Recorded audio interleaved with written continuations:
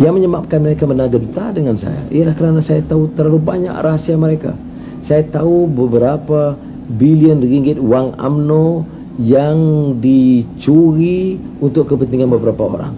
Saya tahu berapa banyak wang 1 bilion bulan Oktober yang dikeluarkan dari dalam negara ke luar negara, ke satu bank dan akaun bank di sekitar Zurich.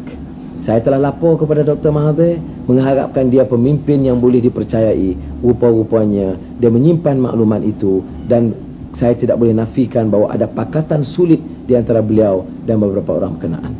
Saya tahu rahsia bagaimana beberapa projek digunakan dan dimanfaatkan untuk beberapa kawan dan suku sakatnya.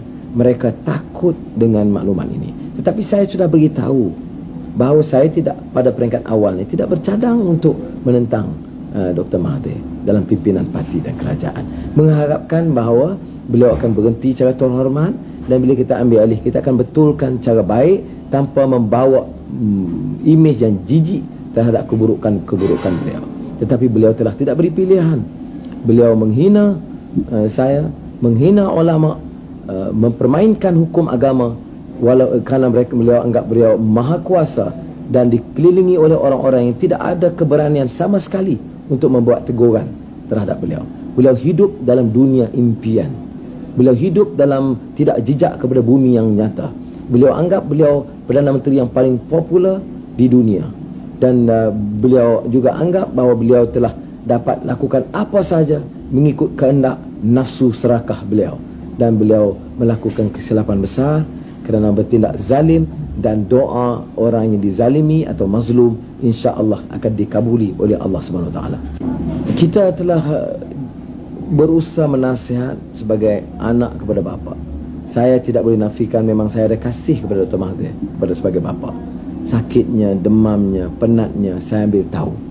Saya tidak jangka sama sekali dia akan bertindak zalim dan separuh gila dengan mengambil tindakan yang dilakukan kepada saya, semata-mata kerana takut bahawa saya tahu terlalu banyak dan rahsia terlalu banyak mungkin didedahkan. Maka cara dan pilihannya ialah untuk mematikan karier politik saya supaya saya tidak mampu bangun lagi. Umumnya diketahui oleh pimpinan dan rakyat sikap saya terhadap Bakun. Kita tidak sangat menentang projek itu kalau dikendalikan cara teratur dan bukan untuk menjaga kepentingan suku sakatnya. Bahkan dalam pembangunan lapangan terbang Sepang sendiri pun terlalu banyak kepentingan keluarganya dan anaknya itu diberikan, dan kita sedapat upaya cuba elakkan, sehingga beliau mula marah-marah. Dalam kes Petronas dengan MISC sekalipun yang melibatkan anaknya Mirzan Mahathir, kita nasihatkan supaya ikut peraturan. Saya dengan Petronas meminta supaya digunakan penilai antarabangsa. Kemudian kami dimarah kerana harganya difikir harus lebih tinggi, tetapi harganya melibatkan 2 bilion duit Petronas, wang rakyat. Jadi kita terpaksa ikut cara dan kaedah yang munasabah, tetapi beliau tidak puas hati. Begitu juga dengan kemudahan dan pembangunan Putrajaya, kerana dia hidup dalam apa yang disebut delusion grandeur.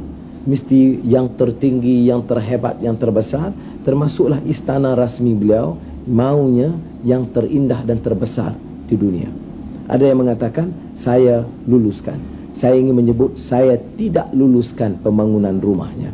Itu dibuat melalui satu syarikat Putrajaya Holding, dan dengan cara sedemikian mereka dapat arahan secara langsung. Saya tidak menandatangani apa surat sekalipun meluluskan satu istana yang begitu besar bagi seorang Perdana Menteri yang mahu hidup dalam satu dunia impian dan khayal.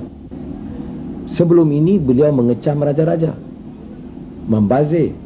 Beliau meminta dipindah undang-undang. Kita sokong, kita fikirkan undang-undang dipindah supaya dikembalikan kuasa kepada rakyat. Rupa-rupanya kuasa raja dikurangkan, diturunkan, kadang-kadang dengan cara yang cukup hina dan mengaibkan. Tak perlu dibuat cara begitu. Tetapi yang berlaku ialah diambil kuasa raja, diletakkan kepada kepala dia. Jadi akhirnya dia menjadi Perdana Menteri dan raja dan dewa dan semuanya. Dan ini yang akhirnya memusuhi beliau sendiri dan merosakkan imejnya. Sebab itu juga saya telah tidak meluluskan rumah rasmi Timbalan Perdana Menteri di Putrajaya. Kerana projek pertama di sekitar 70 juta, dikurangkan jadi 40, dikurangkan lagi, tetapi saya kata kepada Azizah, susah kita nak luluskan sekarang. Dalam keadaan ekonomi begini, tak apalah, kita duduklah di rumah yang lebih sederhana. Tetapi Datuk Seri Dr. Mahathir Mohamad tidak dengan cara begitu. Import semuanya dari Perancis, peralatan dalaman rumah yang terbaik di dunia, semuanya first class, yang paling baik dan indah. Patut kita istighfar dan kita sedar bahawa kita juga ada hadnya. Beliau bukan terlalu muda. Bagaimana mau terus mengangkat kekuasa, menongkat langit dan dengan cara yang kejam dan zalim buat orang seperti ini, gunakan instrumen polis seperti Gestapo, memukul, mendera dengan cara yang cukup memalukan. Mahkamah bersidang, cara satu sidang yang luar biasa cepat dan cekap, tidak mendengar langsung rayuan dan permintaan daripada pihak Guam Bela. Kita dengar berulang kali rakyat mesti berkorban. Tapi apa pengorbanan kita yang memunggah kekayaan ratusan juta dan bilion ringgit? Yang kita dengar berulang kali ialah negara kita, tanggungjawab kita. Negara kita, tanggungjawab kita. Negara kita, tanggungjawab kita. Negara kita, tanggungjawab kita. Rakyat mesti memikul tanggungjawab. Tetapi tanggungjawab mereka untuk melaksanakan keadilan, perintahan mengikut hukum dan undang-undang sendiri tidak dapat ditunai dengan sebaiknya. Saya rasa juga sedikit bersalah kerana cuba membawa perubahan sedapat mungkin sedaya upaya dari dalam, memujuk dan merayu dan menunggu sekian lama. Dan untuk itu saya mohon maaf kerana walaupun saya basmikan kemiskinan, bangunkan rumah kos rendah, pertahankan demokrasi dan masyarakat madani dan membawa imej Islam yang baik, menghormati pandangan ulama, nampaknya saya diketepikan. Oleh kerana saya berkeras dan berdegil mempertahankan prinsip ini, saya mau dimalukan dan berulang kali akan dibangkitkan lagi tuduhan-tuduhan dan digunakan media untuk mengaibkan saya. Apa dosa saya? Dosa saya ialah kerana saya nak pertahankan kebenaran, keadilan dan kepentingan rakyat. Kami cinta kepadamu ya Allah. Cinta kepada agamamu ya Allah. Jejak Nabi-Mu ya Allah. Berikanlah kepada kami kecintaan itu. Kumpulkanlah hati-hati kami supaya bersabar. Jadikan hidup kami ini sebagai satu pengorbanan, perjuangan untuk menegakkan yang benar itu benar. Ya Arhamar Rahim ya Allah, kamu tahulah segala tipu hilah manusia ini.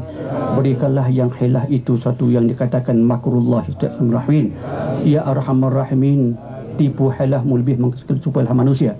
Ya Arhamar Rahim ya Allah, kami pohonkan dengan limpah kurniamu ya Allah.